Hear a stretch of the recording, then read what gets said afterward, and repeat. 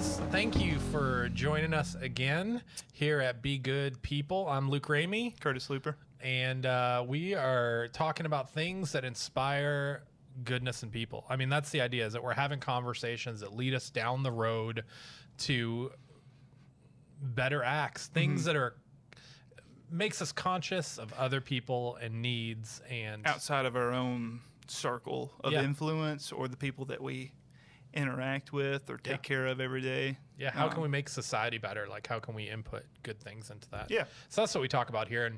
And we post this over at begoodpeopleshow.com, which takes us to the YouTube page. So you can interact with us there and watch the video. Or you can get this podcast everywhere podcasts are. So Apple Podcasts, Spotify, Google Play. You can get us all those places. And you're getting us one of those places right now because you're listening. Yep. So that's awesome. Thank you. Jump in the conversation, though. Comments, direct messages. We love to interact with people. Or text messages. I've got some friends that you guys will listen to this, and then you'll text me about stuff. And that's great. I love that conversation. That's awesome. If you don't want to have it public, makes total sense. I don't mind. I like to talk about it. Kurt likes to talk about it. Hit us up. Argue with us. Argue with us. Sure. Bring it on. But no, like, so our last episode, we were talking about coronavirus. We were talking about impact. We were talking about, I was talking about panic hysteria, because as a conservative, I believe that this is more panic hysteria than it is really a justifiable disease. You would say panic hysteria might be a little, I'm speaking for you and you're here, might be a little high. I don't know. Like, I saw problem is real. You know, I saw my 401k dip a couple thousand, and that was couple thousand? Yeah. Man, you need to be investing more if that's where you're at right now. I mean, well, it's on a 3-year 401k. So, I mean, it was a good 20% of what was in there. And so when you take a 20% hit, it's mine's never double-digit thousands. Yeah, well, I mean, so I get it. It was, I had to stop looking at my Schwab app. But I mean, you're 20 years older than I am too. So am I 20 years older? I that was a dig. Are you so 19 years old? 20 years. No, okay, so a good 10. But that's 10 years of capital. But for sure, it makes a difference. Yeah. No, and we're not going to get into that. No, but no, it did. I mean, I think everybody, and that's actually what I think we want to talk about in this episode. We ended the last one talking about, all right, well, one of the big ramifications of this disease happening, and I would say the panic and hysteria, not necessarily disease, but because of this happening, we're taking an economic hit. Yeah. Somebody's taking an economic punch, and it seems like it's my friends that are out of work right now. They seem to get hit in the face. Well, your friends are the ones in the promotional business, and the auditorium, the amphitheaters, you know, like the places that are shut down. Yeah, I mean the majority. I mean, the people that I know and used to work with, and they're getting hit hard right now. Yeah, and they don't have any income. No, and so who's going to take that? Because they still have to pay rent. Yeah, they still have to buy groceries. They still have to be. What was the? It was a few episodes ago, and I said the number incorrectly. I think I said like 10% of people can't take a $400 hit. Yeah. It's more like 50%. Yeah, I went back and looked crazy. At it. It's insane. And then another like 80, or well, another 30% on top of that, it would be very hard for them to take a $400 hit. You know what I mean? And when you're asking people not to work for 2 months, it's a dang lot more than $400. You know what I mean? So, what do we do? If you look at Dave Ramsey talks about like baby step one that you do, $1,000. It's $1,000 in an emergency fund. Yeah. And for most people, that's an unclimbable mountain. It's a 6-month process for a minimum wage earner. Yeah. That's crazy. It's insane. That's how close to the edge we live, even in America, in prosperous America. I go into the deep numbers of. Okay, let's look back at the best moment that capitalism had in America, and sorry, I got some coffee on me. In 1950s, like when production and wage earning were so in sync, if that trend continued to like today, minimum wage would be like at $20 an hour. It's well under that. Yeah. You know what I mean? And I'm just looking at the numbers and the trends. You know what I mean? If we're looking at people making $7.25 an hour and asking them to pick themselves up during a time like this, like someone's got to step in. Luckily, we've had this is the March 28th. Yeah. I don't know how far in advance we're publishing this, but we just had that $2 trillion bill the stimulus signed. Yeah. Stimulus. That's interesting for me. I remember I got a check from George W. Bush.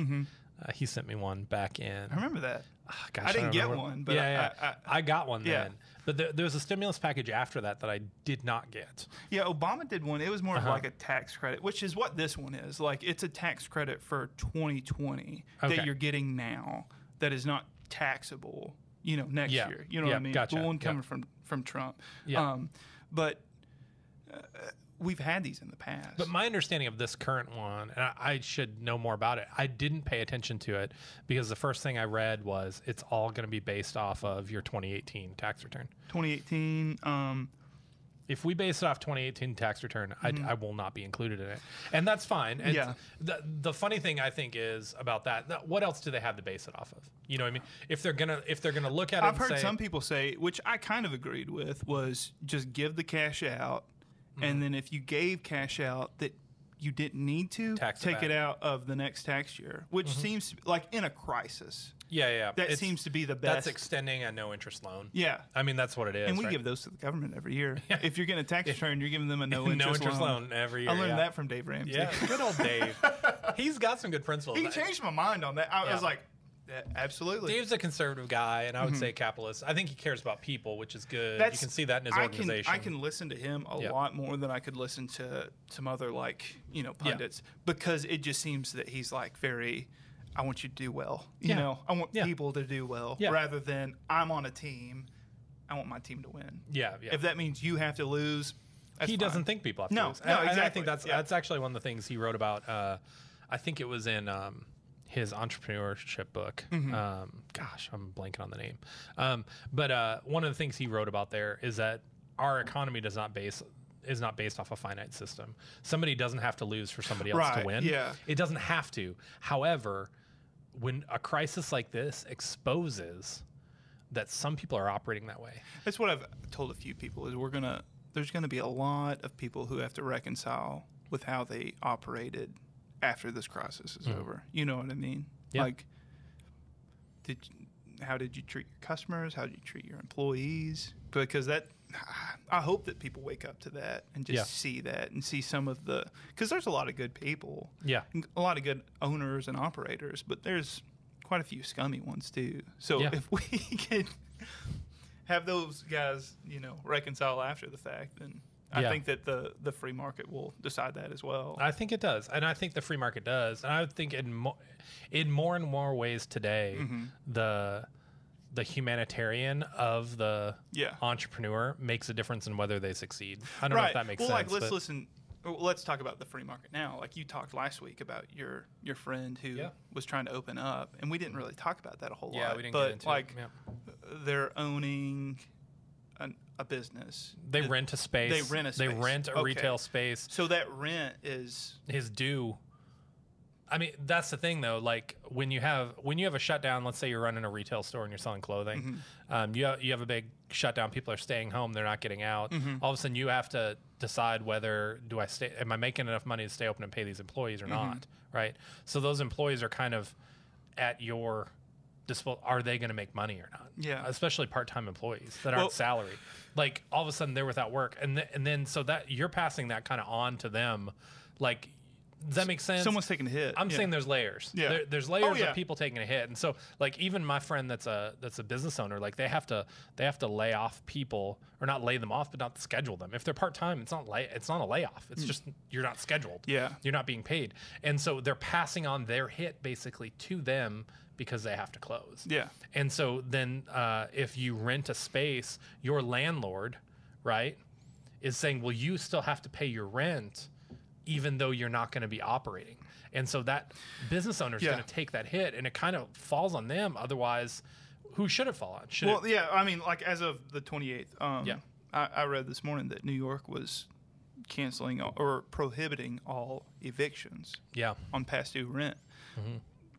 That means the rent, the property owner is taking the hit. People aren't going to make payments. But they should they? Who's got to take the hit here? Like when we're talking about the economy going forward, or old people and at-risk people becoming infected, like sending people back to work? Do we, sacrifice our elderly at the altar of the Dow Jones? Like, what are we talking about? And I'm with you on that, but I mean, you have to understand, I think like in New York's case, saying that you can't evict, basically taking the power out of a landlord's type situation.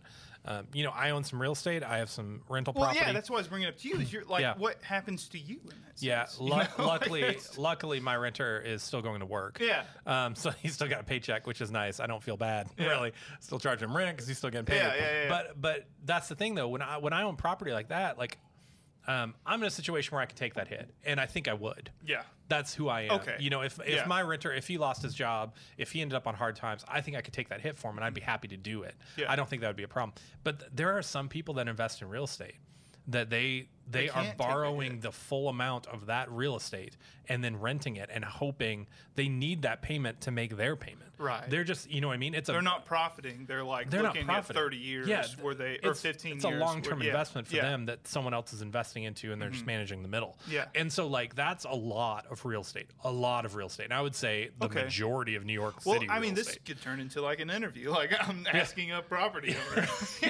But I mean, I want to understand a little bit more. But that's the hard part, I think, is that you say, well, maybe they can afford to do it. Well, maybe they can't. Yeah. And that's the thing. Now we've turned an economic crisis with businesses into an economic crisis that hits real estate. And when you start depreciating real estate in our market, I mean, all of a sudden mortgages aren't getting paid. That was 2008. That's 2008 again. Yeah. So now we've moved from a disease scare into a businesses not making money, which affects our stock market. That goes back to our system of healthcare, though. Like, should we have the shield of a very good medical system where people can rely on just their taxes preventing? I'm going to call you out directly on this. Are you saying that a single payer healthcare system can guard against economic crash? All I'm saying is that Norway sent out to its. I read. It was an email from. I like the Norwegians. Yeah, well, they sent out an email to their students abroad saying, "Come home, if you're in a place with a poor healthcare system." And they had to put in parentheses, "This includes the United States." Yeah. So if Norway's saying that, exactly. Right? I mean, like, so that's. If they're saying that and they've got it under control, like any good soldier has a good shield, back in the day, like should Medicare be our shield? Well, like back in the day, now we wear body armor. Yeah. I mean, we're not out there unprotected. Yeah. I mean, if you can think of Corona as a bullet, like you're never going to expect that coming at you. Yeah. We're never going to know every unknown disease that is in a bat, that's in a whatever pest species, and it makes an evolutionary jump. To us. Yep. How are we going to deal with that? The good thing is, as a conservative evangelical, evolution's not real. So I will never have to deal with evolutionary changes. I will never have to deal with evolutionary changes in things like diseases because I don't believe it. As I don't. I'm sidestepping. We could talk. I don't want to debated dump on them too hard, but it's like I'm an evangelical who doesn't believe in evolution, but I take my flu shot every year. Like. Yeah. You're actively trying to beat evolution. You're trying to fight against it. And that was I made a post. I don't take too many antibiotics because I'm afraid of a hyperbug. It was like. That's evolution. Well, I made a Facebook post this week, and it was really like, for me, I was trying to make a joke because I always talk about my love for Chipotle, and so really it was a Chipotle joke that I wrapped. That post was incredible, by the way. I read that and I was like, Luke, you're going to. Oh, this is a Chipotle post. Okay. But that's the thing though. But what I did was I proclaimed a bunch of truth. Oh, yeah. And then tag a joke on the end of it. And I do that pretty much. All my Chipotle joke ones normally contain a whole bunch of truth into that. Yeah. And people will either respond. I've gotten a fair amount of texts. Not a lot of people on this side respond on Facebook, but I get texts from people. I love what you wrote. Yeah. And they're not talking about the joke. They don't care about my joke. Right. They're like, I love what you wrote. Expose I agree with some you. Of these, like, you know what I mean? Like untruths people that are we hurting. hold as values. Yeah. Yes. And so I got some of those, and then on Facebook, I generally get responses to the joke. Yeah. Like, face you got me palm, again. You love Chipotle. Yeah. You know, that kind of stuff. But which is fine. I don't care. hate that is the norm, though, that social media is just a... It's like throwaway interactions. That's pretty cool. You know, not this personal. And I don't know. It's hard to, like, reconcile it because social media can't be that one-on-one conversation. Yeah. Nor should you air your dirty laundry out. Yeah. Or, like, but it just seems so void of, like, actual truths and real thoughts and feelings that we just, like, I think we just hide behind social media. You know what I mean? Like, I could be best friends with you on Facebook, but we've never seen each other in 2 years. You know what I mean? Like, But I don't want to jump into social media. That'll definitely we should talk about social media someday. But we've kind of gotten off on a rabbit trail. And I would like to bring us back because what we were talking about is who's going to take this hit. Yeah. And I don't even want to say about this time. No. Okay. Who should be taking the hit? Because you know who that's what takes I'm the hit talking about now. Is the shield? Who takes the hit now though? It's the. It's I don't know, lower income. Yeah, exactly. I think it's lower income people take the hit. I think so too. I think lower income, middle class takes the hit on every situation. You look and at 2008, and it was, the guys handing out the crappy loans were not taking the hit. Nope. The stimulus bill went to the banks owning the liens on the houses, and people were evicted. Yeah. And the whole idea was, we're giving you this money so that it can trickle down to the property owners. Yeah. And we'll just move forward. And we just saw this mass eviction, like not as bad as we saw with the Great Depression. Yep. But it got pretty close. It was pretty bad. It got called a Great Recession. Well, there was plenty of like pockets or densities of population that was worse than the Depression. As far as I get everyone has a personal responsibility. That's the great American dream. But when you have this system that is so like, yeah, man, easy money, and you've got bankers telling you, yeah, man, take that loan out for that fourth bedroom. I know you got two people living in this house. Yeah, but you definitely need it. Yeah, and just do it. And these people are like, okay, I don't know a whole lot. I'm coming to you, this institution that is trustworthy, and trusting you. Yeah. And I get, at the end of the day, who lost out? It was the people taking out the loans. Yeah. It was the uneducated people trusting the system. And I mean, but I get that as that's a wake up call to not trust the system. Yeah. But at the same time, like this whole bill was meant to rectify that. At the end of the day, it was just the people taking the hit.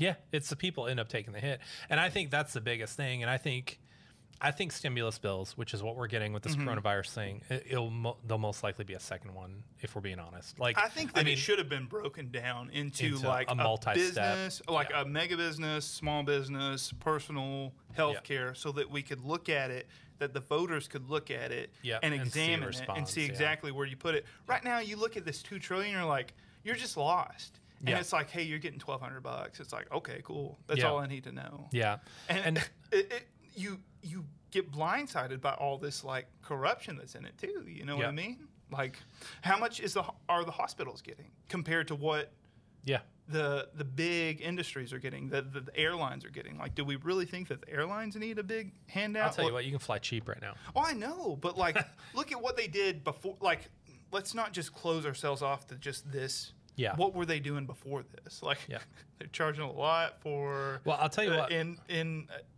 In transit, like meals or extra stuff. You know what I mean? Like they're making out pretty well with all this stuff. I think airlines make money. Of course, my dad's worked for Delta Airlines.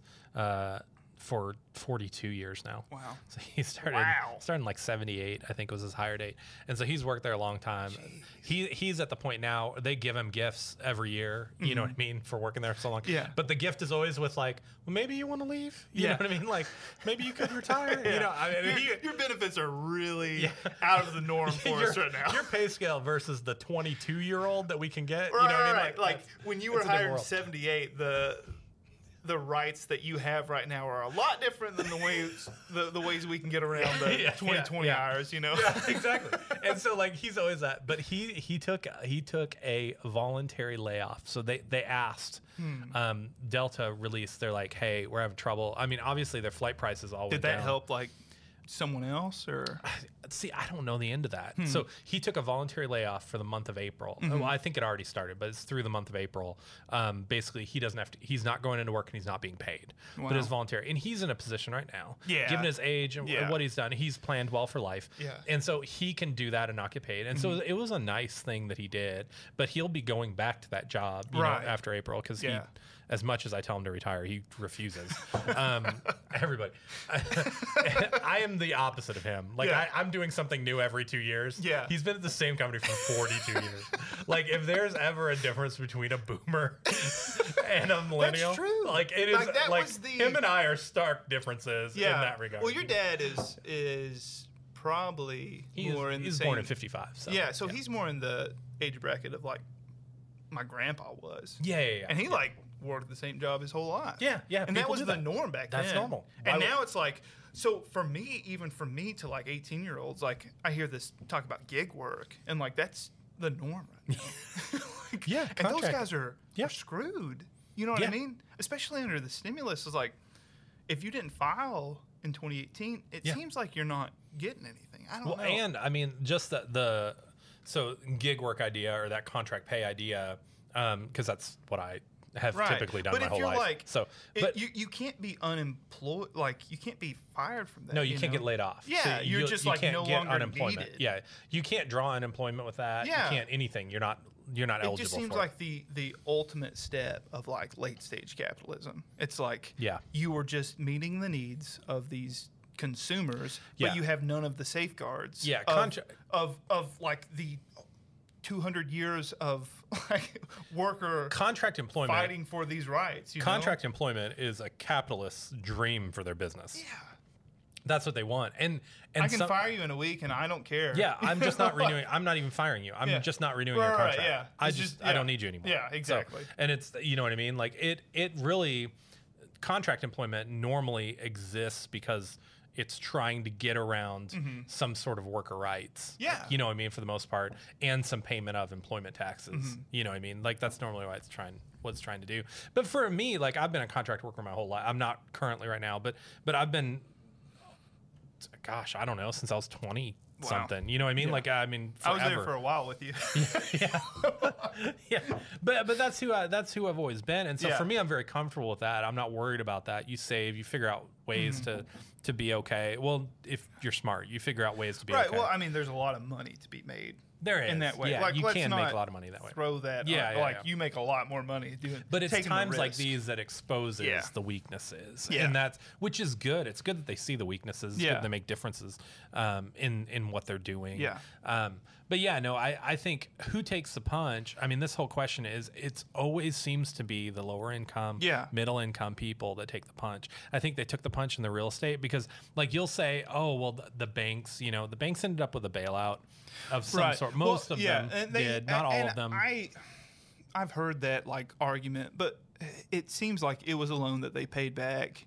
But at the same time, like, were there like mortgage payments relief for these people? No. Were there loans given out to these people that they could eventually pay back? No. Yeah. Like it's. But not even if they lost their home. It was in favor of the big business. But it's not even if they lost their home. I mean, how many people's retirement is at least partially in some sort of large-scale commercial real estate investment?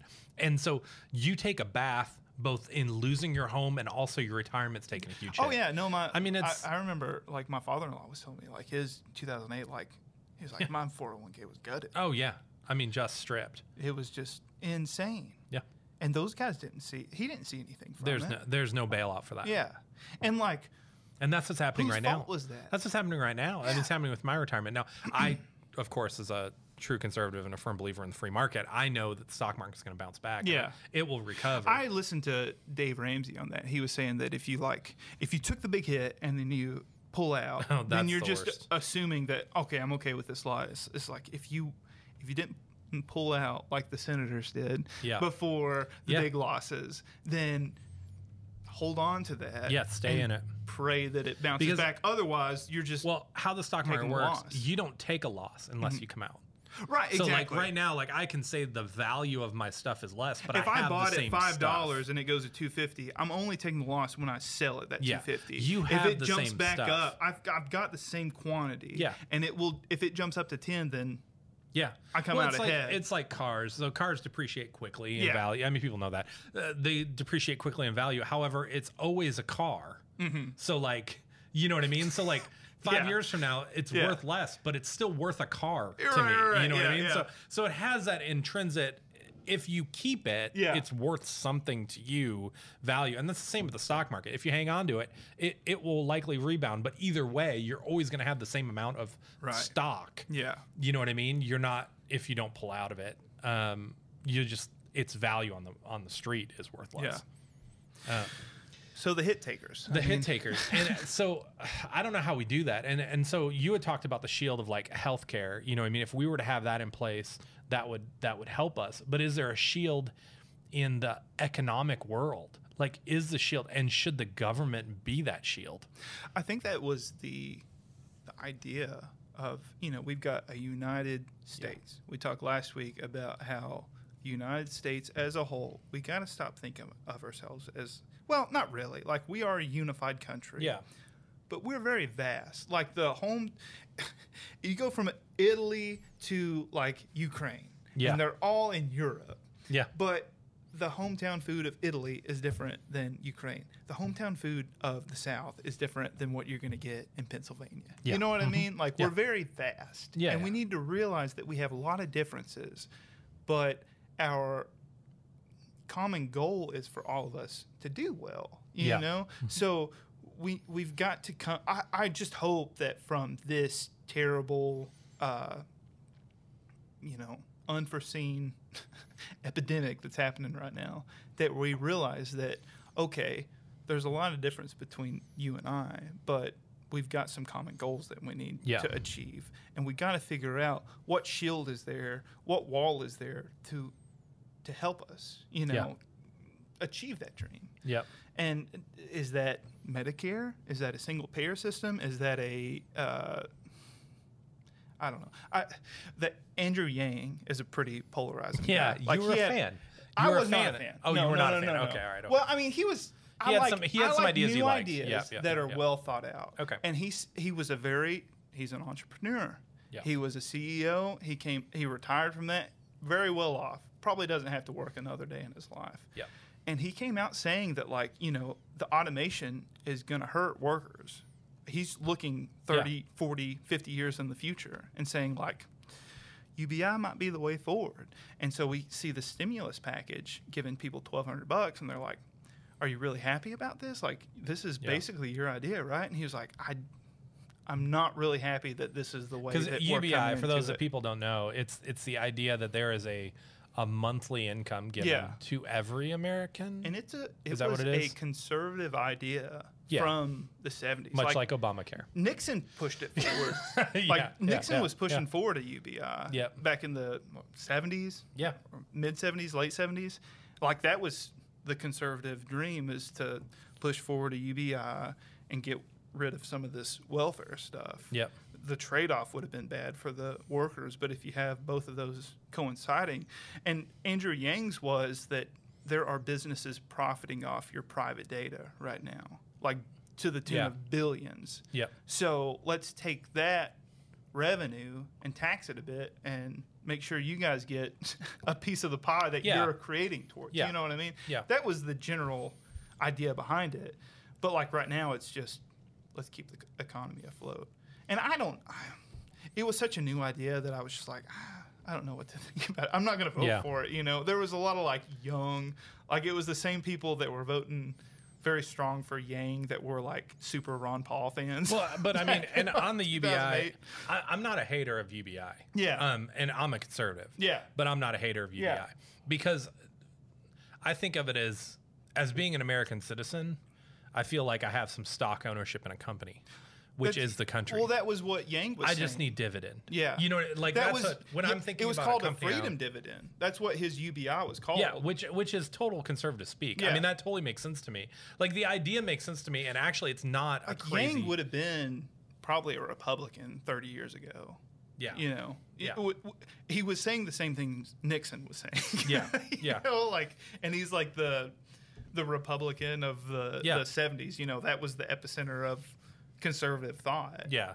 But I mean, I think that's just the shift in business model in the 70s was the idea of shareholder, was the beauty of shareholder. Yeah. And right now that's not the case. No. I mean, most people, most businesses now, and you can see it in the tech world, want to stay owners, don't want to be publicly traded until they have to, or until it's super economically faithful. A huge shift in that, like saying that I don't know. For some reason the YouTube algorithm pushes me that way. Yeah. And I hear a lot of the things that these guys are hearing, but they're like, you want to stay private for as long as you possibly can. Yeah, until it's so overwhelmingly beneficial Right. that you're ready to part ways with the business because it's that kind of a check. And you're Elon Musk level. But that wasn't the push back in the 70s. No. Back in the 70s, it was Yeah. it's great to be publicly traded. It's great to have shareholders. It's great to get other people involved and everybody be winning together. Yeah. That was a conservative value. Yeah. Then, let's all win together. Exactly. And now it's not that. That's not and that the was business the model. that Ezra Klein book I was telling you about. When did we become so polarized? I forget I'm listening to it now. Oh, okay, cool. Yeah, I got on Audible. But he was it's the best way to listen to it. He was saying that, like, back in the day, like, you had the independents that would vote Republican or Democrat, or you would even have Republicans that would vote for Democrats or Democrats for Republicans. But now it's so much. I'm like an hour before finishing it, and he was saying that right now we have deep idealism and very weak parties. Yeah. And it's that the pendulum is swinging so far both ways that we've got to stop that, because we're just becoming so unbalanced. Yeah. It's a great book. Yeah. It's a great read, and I think he does a great job of... It's almost a memoir. It's a great sober look at where we are. Yeah. And it's almost not judgmental. It's... he's a centrist that recognizes that he's more left-leaning. Yeah. But he acknowledges, like, but the right's got a few points here. You know what I mean? And it's drawn me but this has been the idea, and I grew up with this idea. So listening to this book is a little bit of a challenge on who I've become. Yeah, and me too. And it's not because I'm a conservative. Yeah. It's because I've grown up with this mentality that, like, we're better off as a country if we're fighting. That was the Frederick Douglass quote, is there's no progress unless there's a struggle. Yeah. Like, that was, it's age old. Yeah. And he's saying, maybe we don't have, like, that's true, absolutely, when there's deep oppression. Yeah. Absolutely. But let's take some time to recognize how far we've come and how much of the dial we've got to pull back a little bit. Yeah. Yeah. And that's what I think that book has opened my eyes to a little bit, is that, like, this deep-seated polarized views, team fighting sport. in government. Yeah, this team sport idea. This idea has paralyzed our legal system and the point where I got government. to where it was saying that it was taking apart this whole, and this is more of a history lesson than any sort of policy proposal, was when, like, in 2015, 16, when Obama was trying to nominate a Supreme Court judge. Yeah. It was like McConnell said, no, you can't do that in an election year. I was like, okay. Yeah. That's a point. That's a Republican-controlled Senate. And then he was asking a fundraiser in, like, 2018, 19, and it was like, what if a Supreme Court seat comes up in 2020? He's like, yeah, we'd nominate the person. And it just exposed that, like, double-sided. So then, okay, so we're going to have one of the 3 branches of federal government become partisan that was supposed to remain, like, impartial. Like, that. We work hard to make it partisan. Yeah. That which we've said from the beginning shouldn't be. From the beginning, it should have been like nonpartisan. Yeah. And we're making a branch partisan, and it's making it doomed to fail. So as believers in this great experiment, we should be fighting against that. We should be screaming against that, no matter what side you're on. Yeah. And if you take the hit, if they take the hit, that's just how it plays out. You know what I mean? But I think that's the in the ultimate goal that this system keeps going well. Yeah. And so looking at UBI, that's where this started. So looking at UBI is this idea that we're getting a monthly check from the government for a certain amount. I think he was pushing $1,000. He was. Yeah, okay. That's right. I think he was pushing $1,000. So $1,000 a month. Like Canada's stimulus bill was like $5,000 a month for their people until it went over. Yeah, and I'm until it went over. Yeah. Whoa. Yeah. Are we saying that Canada's better than us? But that $1,000 a month. I mean, if you think about that, that's in most metropolitan areas, that's going to be rent. That's going to pay for housing. Yeah, that's your mortgage payment. Of housing, mortgage payment, something like that. So that's a one-time payment.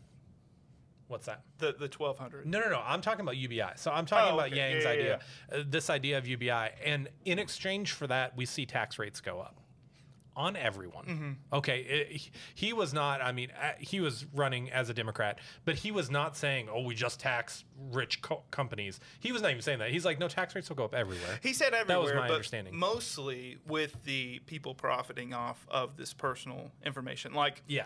A lot of people don't realize how much their personal information. He was looking to tax almost a new area. Yeah, it's the people. Okay, so like Facebook sells your data, and they make that's where they make all their money. Is your search history, your like what you're interacting with. They sell that to advertisers so that the advertisers know what to send you.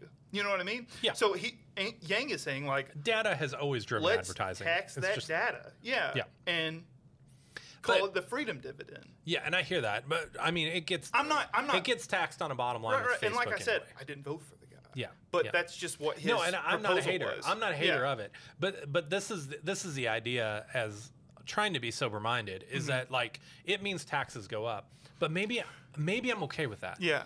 Because I think taxes going up generally drag wages with it. You know, if you look at history, when taxes are raised, wages go up. That generally is how it's No, oddly enough, that's been like we pointed to it earlier in this conversation was the golden age of capitalism. There was like the corporate tax rate was the highest it's ever been. Enormous. It's it was over 50%. That was when you could work like one member of the family work.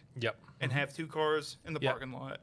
Or in your driveway. Have your home and either a summer like cabin or a couple vacations throughout the year. Like, and you were working at most 40 hours a week. Yeah. Now we work 60. People who used to could work 40 hours, and this is a different discussion too. It is, but like and we 40, should have it. 40, there was a time where you could work your way through college by flipping burgers for 20 hours a week in the summer. You know what I mean? Yeah. And now it's like, good luck paying it off by the time you're 60. Yeah. You know? Yeah. Like when we're talking about these like college loans and personal responsibility, all that stuff, but when the system is skewed in a way that like makes you a slave to it, then let's not just cry about that. Let's say, hey, why are you not working for the good of the country rather than just the profits that you're going to see? You know what I mean? Absolutely. And the good of the country. And I think that's and that's what UBI comes back to. UBI really looks at it as, hey, we're all shareholders in this country.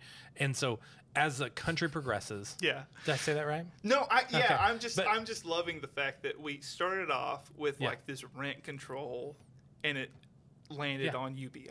But I think that's at the basis of it. Who's going to take the hit? No, if we're all shareholders in a company and we're all experiencing wide range of issues, okay, that are depressing our economy.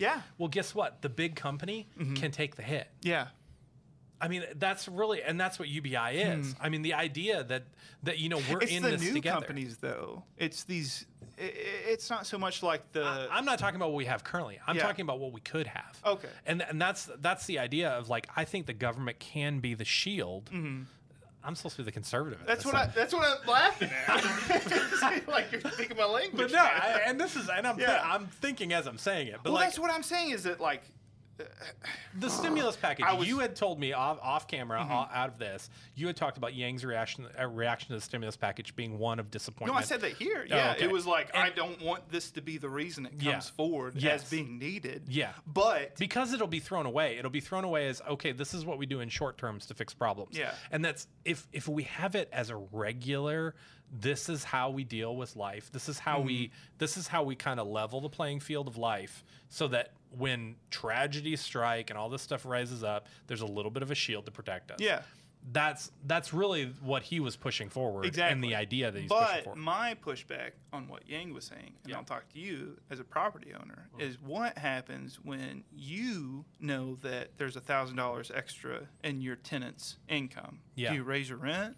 I wouldn't. Okay. I mean, I wouldn't naturally be led to that. I would. You know what would happen is my risk factor would go down, and I would invest more in real estate. Okay.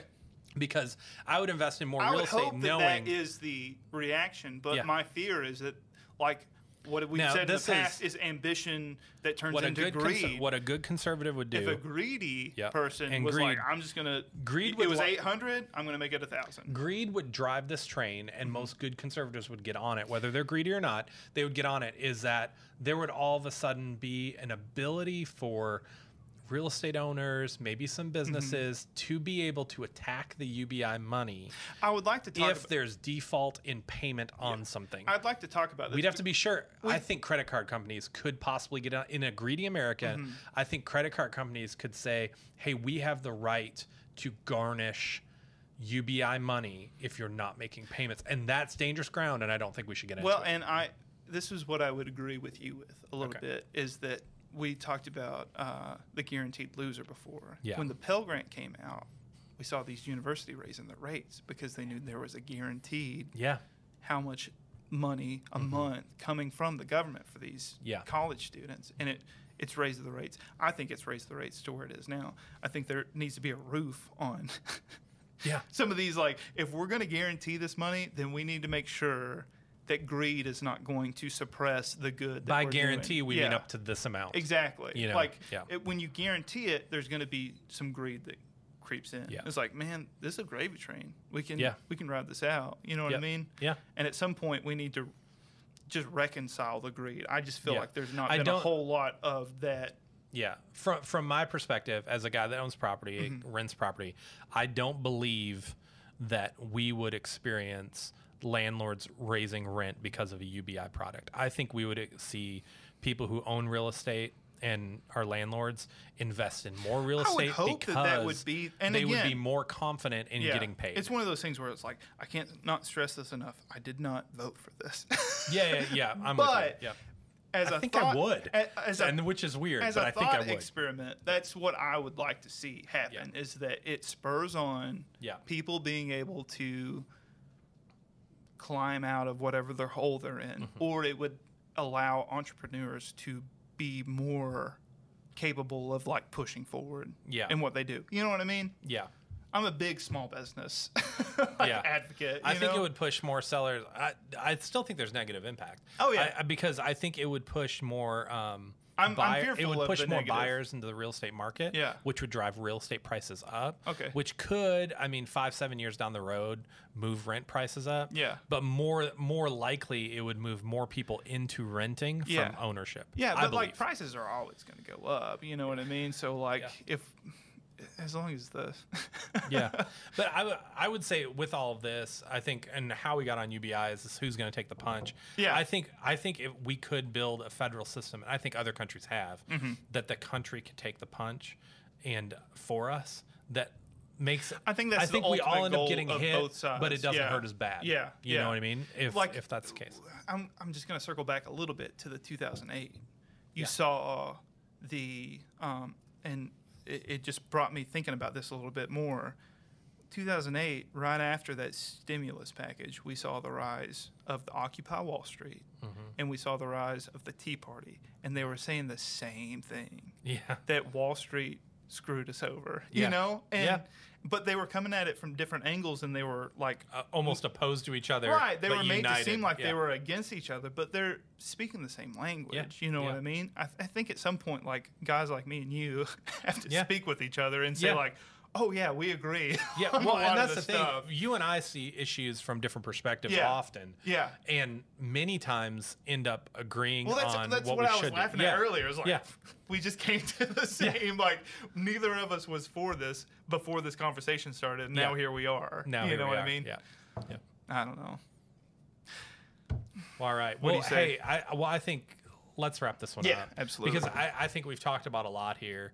But with the aftermath of this, I think we're going to have plenty of conversations about what's going to happen. And I'm going to go ahead and prophesy it. I think in government, we're going to see a big shift in our society in how we do. I hate to make Yang the prophet in the night, but I don't think he's a prophet. I think he's a guy with a very smart CEO, entrepreneur, sees 10 years, 40 years in the not 40, but 20 years in the future. Yeah. That's his whole. That's what he is. His skill set is for. And he's saying somehow we got $2 trillion out of nowhere when we were told this money is crazy to expect this much, and then it's like, well, here it is in 2 weeks, and people are going to wake up to that and say oh, okay, well. What does that mean for me? What does it mean for my voting patterns or what I recognize and what I want from my representative? You know what I mean? Yeah, absolutely. All right. I think that's a good topic for and I think it's a good topic for comments and reaching out to us too. Yeah. We would love to know what you think. What do you think? Exactly. Yeah, what should we be looking at as far as future legislation and changes in how we operate as a society? How do we pick up the pieces after this? Yeah, how do we pick up the pieces and move forward in a way that's going to set us up for wins in the future? Yeah. Across the board, not just on upper incomes, not just middle class, not just lower, income, but across the board. Yeah. How do we win? How do we become shareholders in something that's valuable? How do we become united? You know, we're talking about the USA. How are we uniting ourselves in this? This is epidemic. This is what that is. How do we move forward? So leave your comments talking about that. Reach out to us, direct message. Hey, if your questions are great, maybe you end up here with us. Yeah, we're looking at having some guests. We usually are not having these conversations alone in real life. No, we're not. Yeah, normally it's other people. We really want to have that integrated here in the show. And if you're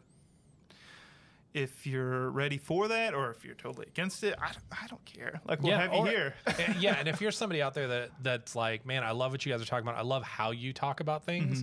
I would love to talk about this with you. Reach out to us. Maybe we want to talk with you about that as well. So that would be awesome. So, absolutely. So reach out to us and send us messages. And the goal is to broaden the conversation. So. Absolutely. So begoodpeopleshow.com gets you on YouTube, or listen to this anywhere podcasts are. We'd love to have you subscribe, hit the bell. That way you're getting notifications. And we'll be back next time. I don't know. What are we talking about next time? We don't know yet. We didn't know the last 2 episodes, and then here we are. We're going to keep continuing forward. We're going to keep going forward. The few of you that are watching, hey, we'll be here. Yes. All right. Thanks for being with us.